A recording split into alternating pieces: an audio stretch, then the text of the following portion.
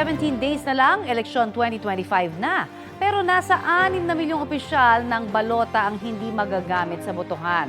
Ayon nga kay Commission on Elections Chairman George Garcia sa panayam ng unang balita. Ipinatigil kasi ng COMELEC ang pag-imprenta ng mga balota at gagawa ng mga bagong balota.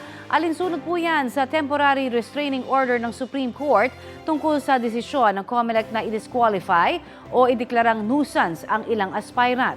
Dahil sa TRO, kailangang ibalik sa balota ang pangalan ng isang senatorial aspirant at 4 na gustong tumakbo sa iba't ibang lokal na posisyon. Pero bago mag-reprint, kailangan munang ma-update ang candidates database, election management system, automated counting machine at consolidated canvassing system. Babaguhin din ang mahigit 1,000 ballot face templates at mga serialization nito. Maapektuhan din ang mga numero ng mga kandidato. Kapag nabago po ang candidates database at ang EMS, tsaka pa lamang mare-reprint ang balota.